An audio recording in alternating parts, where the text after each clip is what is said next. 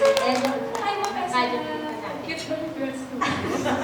nagpa-girly-girly ako parang. Pero, anyway, speaking of signs, di ba sabi mo signs, isa pang signs na kita, aside from the number, is yung on Miss Ever Belina. Di ba? Usually, handa ka na ba sa finals, coronation night? Kasi usually, ang nananalo ng Miss Ever Belina is nagkaka-crown, Catherine Bonante, Samantha Bernardo, Maureen, tama ba? Diba? Maureen. I think, handa ka na ba sa finals? Hannah Arnold! Yes. Well, to be honest, I really didn't expect that I was called as Miss Ever Belena, or I got the award as Miss Ever Belena. But I really considered that as just a motivation and inspiration to do better and be better in a competition. But I believe that it is not a determination. It will not determine that I'm going to get one of the Binibini Pilipinas crowns. It still depends on me if I'm going to perform on the finals night. But of course, I'm just so grateful for the owners of Ever Belena because they saw my potential. When I called, I didn't think about, oh girl, you're the most beautiful in the eyes of the owners. No, I didn't think of that. I just thought of, okay, at least they saw your potential and that they believed in you, and you're now the new ambassadress of their item or of their business. Oo nga, blessing na yun, no? Monthly, may Ever Belena products. Thank you.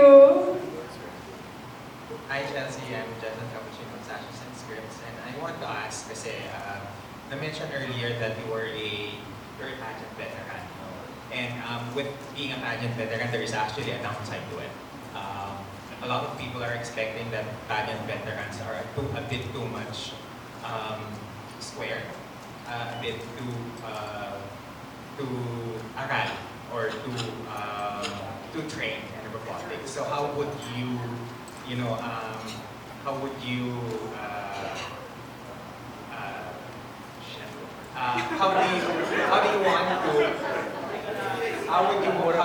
want to change yung ganung perception and show your authentic self? I think I'm showing it right now, that the authentic Chelsea Fernandez, and definitely I'm going to continue it until the coronation night, and not even until coronation night, the rest of my life for sure. Well, I think I saw earlier a comment, sabi, masyado namang overhype.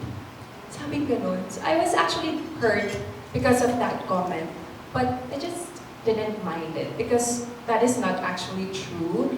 I know that a lot of people are looking up to all of the pageant veterans, and we are actually doing our best to win one of the crowns in Binibini Pilipinas. So yun nga sir, I think I will just continue by showing my true and authentic self. Follow-up question to that. No?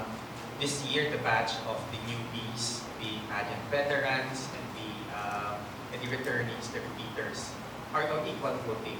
They're all equally gorgeous. They're all equally how for the crown. My question is, how would you position yourself, and how would you make sure that hindi ka makalimutan ng mga pageant media? Because in a lineup of 40, as you said earlier, you are painfully shy. So how would you marry those two different facts, that you need to put yourself out there for the pageant media, for you to makipagsabayan dun sa mga co-candidates mo, and at the same time, be authentically true to yourself, that you still have to be more, out there PR-wise? Well, one thing that I really love about myself is that I know how to switch on and off myself. So if it is a competition, nagbibida-bida po talaga ako. So I think that is also one of my characteristics or my power in pageantry, that despite of 39 beautiful or equally beautiful Binibini, I know that I'm going to stand out. Because hindi naman po sa pagmamayabang. But I think I really have that different aura from the rest. Okay, thank you, Thank Chelsea. you. Unicorn nga yan, unicorn. Unicorn. Hi Chelsea, good afternoon. Francois from Pageant, Philippines. Ayun Chelsea, so aside from having so many titles under your belt, so you still have a role as a national director. So it seems like you have so much on your plate. So you have so much pressure on your plate rather. So how do you handle all these pressures? Well, at least as of now, Miss Fit Philippines is not, I think, happening this month. Maybe, I think in September pa. So at least nabawasan yung responsibilities ko in life. But I'm not sure if Sir Paul will still appoint me as the national director of Miss Fit. Baka Miss Bikini Philippines na. Yun. Joke lang, Sir Paul. Yun. But yes, I also know how to handle things. I know how to portion my time. I actually love putting my schedule on a notebook. And kung wala yun, wala talaga akong guide in my day. But yes, I think you really have to handle your time very well so that magampanan mo all of your responsibilities and duties, not just in pageantry, but in life as well. Looks like you're very much organized, systematic, and brave. Yes, Diba? So what fears Chelsea then? What fears Chelsea? Wow, that's actually a good question. Kasi sa totoo lang po, matatakot din ako na tao. And Oh. yes, kahit na sumakay lang po ng aeroplano, nanginginig po ako. And sorry, but I'm also scared of dogs. Share ko lang. But I think what really makes me scared is if I will not perform. Because I really love performing on stage. I don't know why. Feeling ko, stage is my home. I feel so comfortable on stage. Remember my talent last week? Shakira, whenever, wherever. I wasn't feeling very well. I got a fever and I was having a hard time in breathing because of my clogged nose. But then, I still perform because I like it. I love what I am doing. So, if hindi ko nagawa siguro yung mga bagay na yun, sobrang nakakatakot and at the same time, very unfortunate. Aww, sir naman. So good luck, Thank you Chelsea. po. See more of you. Hi, Mana! Okay na gabi na. Oo, Yes, hindi na nga nung adlaw. Oo, hindi na adlaw. Gabi na. Alright, this is Jay from Pageant Trend, and my question for you is, what inspiring story would you like to share with us as a candidate of Binibini Pilipinas? Well, aside from my pageant experience, I think one of the things that I really love to highlight is, yun nga po, my family background. I think that would really make me so relatable to a lot of people because of my story, my very nakakaiyak na story. So I think I already shared it earlier that I'm actually adopted and that my mother is now working in Jordan. And actually, birthday niya po kahapon. So I greeted her with so much love and respect. Because I really respect her. Imagine, she's working there for almost 10 years now just to provide a good life for her children. So, yun po ang gusto kong i-highlight. Another follow-up question. So, who is Chelsea on and off cam? Well, Chelsea Fernandez is Chelsea Fernandez on and off cam. I think that even when I'm on stage and off stage, I'm still the same person. The lovely, the bubbly. Actually, I'm also friendly, di lang halata. And although I'm really struggling with talking to a lot of people, I'm still me. One of one of the things that you really don't know me, I really don't know about me is that I'm a frugal person. Pero feeling ko alam ni Sir Paul. I really love saving up my money. And I still remember, share ko lang po, I still remember when I was in elementary, I would run back home from school on purpose and I would just have saved the money which should have been for my fare. And I unwittingly trained myself into becoming a better runner. And that was when my teacher found out that I really love to run. So he recruited me and I became instantly part of the track and field. So imagine, dahil nagpukuripot lang ako, naging part po ako ng track and field team. And I got to represent our school in division level meets. And I also won in that competition. Although, I didn't continue it na po. Kasi yun nga, I focused on my pageant career. Yeah, man. Advance congratulations. Uy, damo mga salamat. Laban mga waray. Laban mga maray. Okay, so, Kaya may isog kita. Ha? May isog kita. Isog kita. Yes. Thank you po. Thank you, dear.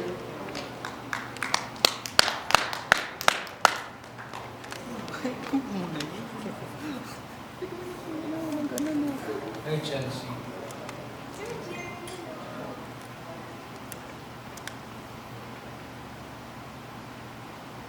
Ready? Okay, Chelsea, I only have one question for you. And this is extracted from an iconic question back in 1994. What is the essence of being a pro-media athlete? The essence of being a pro-media athlete is not just to be a beauty queen, but you really have to work hard in your dreams and goals in life. And I think one of the reasons why I'm also here, because Sir Paul saw that in me. He saw that this girl is determined to get all the things that he really wants in her life. And I'm just so grateful that I am now sitting here and answering your question. Thank you. Thank you, Sir Jay. Hello, Chelsea. Madali lang ang question ko. What is your favorite event sa Binibini, Pilipinas? Wow, actually, And why? yeah, actually lahat po. But my most favorite is definitely when we are all complete, the 40 Binibinis. I really love the strong bond that we already have created inside the Binibining Pilipinas pageant. And I actually have an older sister, and she is now in Tacloban City. And despite of our distance from each other, I still feel her authentic love and support for me. And I also found the same genuine love and support now in Binibining Pilipinas pageant. And we may have come from different walks of life, but we are one. We are here to uplift each other. And as what I have said earlier, I really love the bond that we have created and the hope of making a long-lasting friendship. So I really love that. And to be honest, I didn't just find a sisterhood in the competition. I found a family. Thank you, Sir Edmond. I think nakakalimutan niyo, Sir Edmond, na meet tayo way back in 2013. Oo, during Miss Novaliches. Pero nakalimutan mo na siguro yung Sir Edmond. Sir, ipapakita ko sa yung photo. May photo tayo together. So since 2013, 13 years old ako nun, Sir Edmond. Hindi ko kayo makakalimutan. Unforgettable.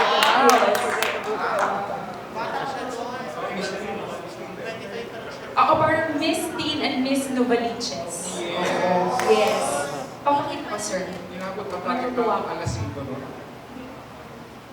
Not sure, pero parang.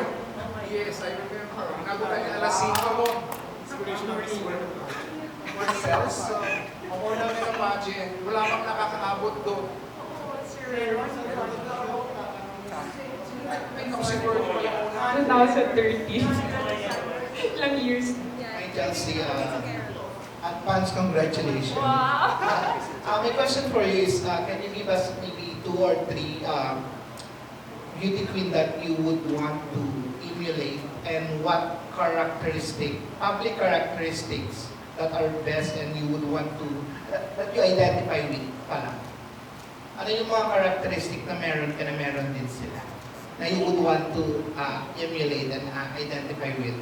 Well, I actually don't have a specific beauty queen na idol because all of them are really gorgeous and that they are also advocate of different causes.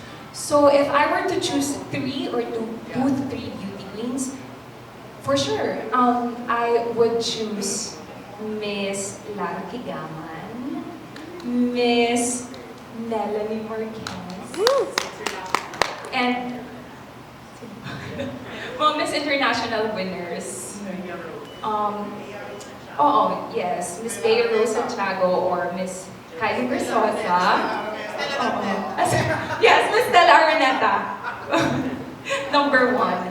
And I think one of the things that we have in common is that we are dedicated in the things that we do, and that we are really focused on the things that we really want. Good luck. Thank you.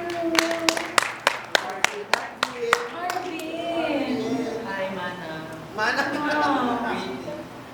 My first question, what do you do for fun? Ooh, well, I actually love playing ukulele. Yes, and I love to know more new songs. And I also love singing and dancing. And one of the things that I also love is I love watching thrillers, psychological thriller or thriller documentaries. So, ang saya ko kapag nakakanood ng gano'n, Mars. Mga Mars ko kayo lahat. Last questions. What do you miss about your province? Tacloban City. Well, I really miss eating chocolate moron. Yes, diba? With butter and peanut in it. I really love and miss eating chocolate moron because it is also one of my favorite delicacies in Tacloban City. And I just hope someday I'm going to share it with all of you. I'm gonna bring moron, chocolate moron, because it's really special in our province. And binagol as well. But if I were to choose binagol, moron, of course, I would choose moron. The best talaga ang moron. And iba po talaga ang gawa ng mga waray doon pagdating sa chocolate moron. Thank you! Hi, Chelsea. My namesake. Chelsea!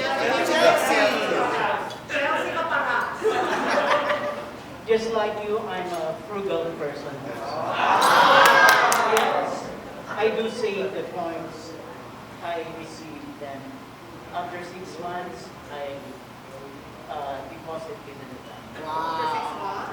Also, the 20% discount I receive, I set aside. Wow! Then, So, magkakasundo tayo, sir. Pero bawat tayo magsama. yeah, it should be the opposite. Okay, my question is, in your bio, you mentioned that you are interested in doing a docu-film on the lives of the people you helped during the pandemic. What title would you give to it, to the film?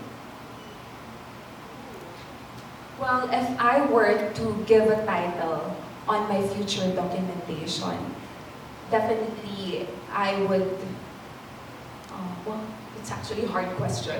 I didn't think of it. But if I were to make a title about it, I think Rise Filipinos. Like Rise Up, dash Filipinos. With that documentation, I could tell to a lot of people, not just across the country, but across the world, the stories of Filipinos, especially those Filipinos who are really working so hard in their life just to, give a food on their family, or to offer food on the table for their family. So I think if I will showcase that to the entire world, for sure my future organization would be big enough to cater a lot of Filipinos that really helpless and in need.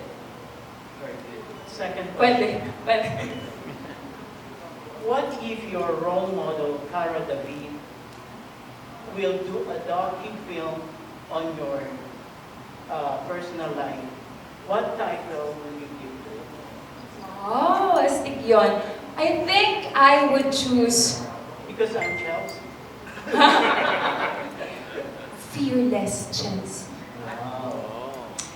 And siguro tatanungin niya sa akin yung mga past experiences ko in life. Not just in pageantry, but in life in general. So I think that would be a good name for a documentation. The Fearless Chelsea. Final question. Any plan or plans in the near future to become another Cara David? Wow, actually, yes. I don't know where did you find that information po. Yes, but Karen David is actually my inspiration. That's why I took up mass communication major in broadcasting. And I really love all of her documentaries. So, I do not think that I'm going to pursue that career. I'm really happy with what I have right now. I'm really happy with my pageant career. And my next goal and my next step is actually to build my own business someday. Yes. But of course, if I were given a chance to showcase my talent in speaking and in broadcasting, I think I would also get that opportunity. But in the near future, I think siguro mga 2 to 3 years from now, never. Hindi po ata muna. Thank you so much. Thank you. Being a Reyna ng Aliwan winner and Miss Bikini Philippines winner, that you are taking onto the Binibini Philippines stage. Wow. Well, one of the things that I learned during Reyna ng Aliwan and Miss Philippines Earth is that sometimes you really have to help yourself.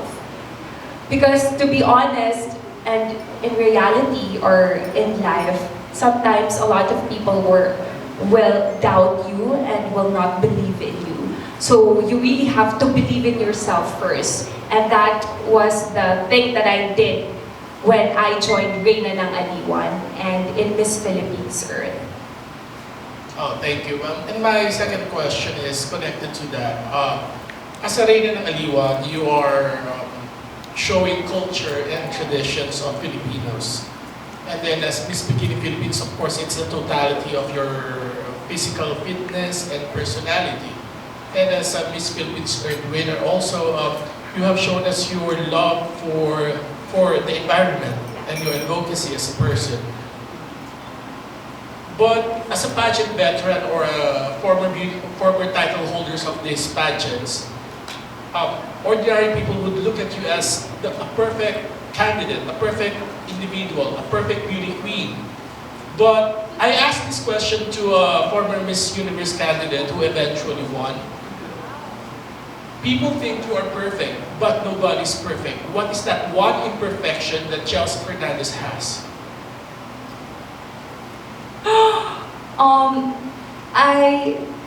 I love everything about myself.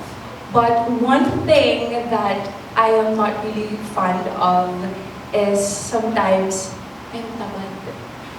Yeah. Yes, to be honest, sometimes I'm tamad.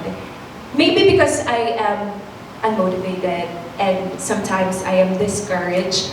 But believe me, I'm really trying to give all my best, especially in this competition. I know that some of the press are not impressed with what I am doing in the past 2 months in the competition.